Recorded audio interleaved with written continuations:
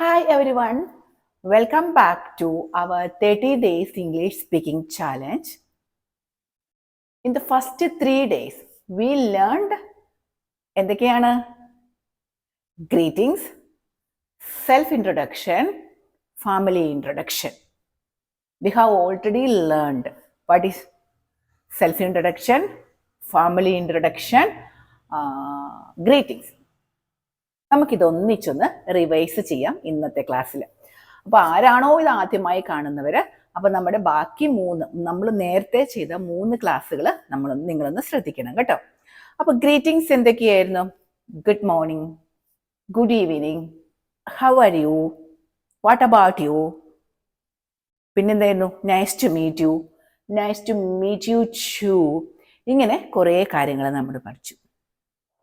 ഇനി നമ്മളെ തന്നെ ഒരാളുടെ മുമ്പിൽ ഇൻട്രൊഡ്യൂസ് ചെയ്യുന്നത് my name is, I am a.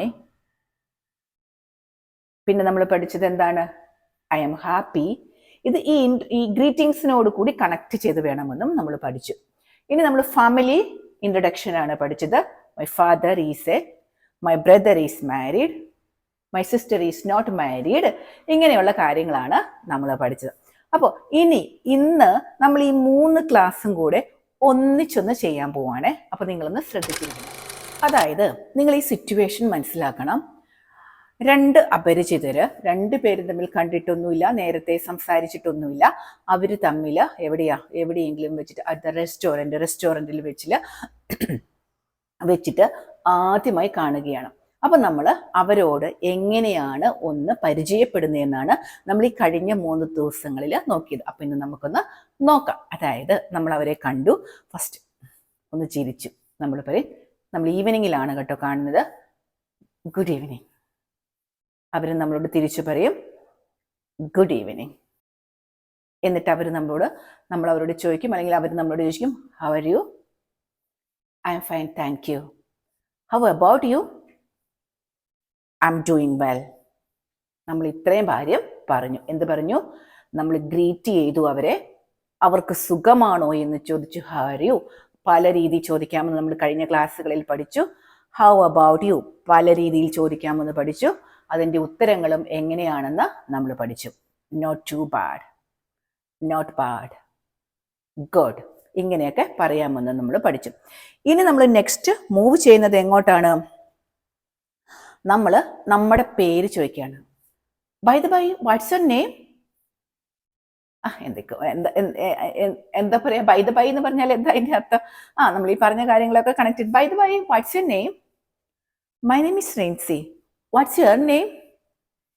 My name is Anu. എന്താണ്? What's your name? അടുത്ത ചോദ്യം എങ്ങനെയാണ്? What's your name? അപ്പം നമ്മൾ പറഞ്ഞു my name is Anu. Nice to meet you. Nice to meet you too. Nice to meet you. Nice to meet you too എന്ന് പറഞ്ഞു.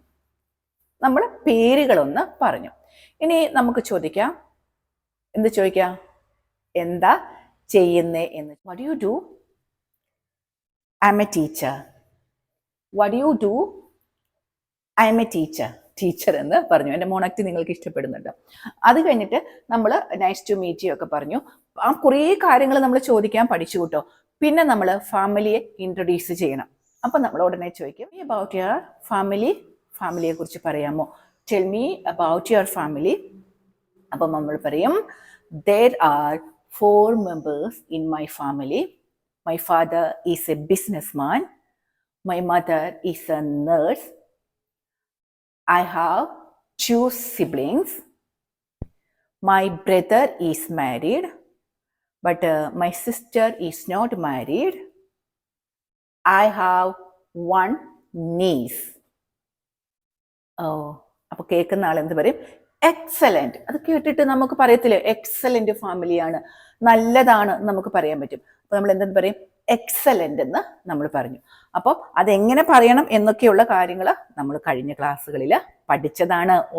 നിങ്ങൾ പെട്ടെന്ന് എന്നിട്ട് നമ്മൾ എന്ത് പറയും?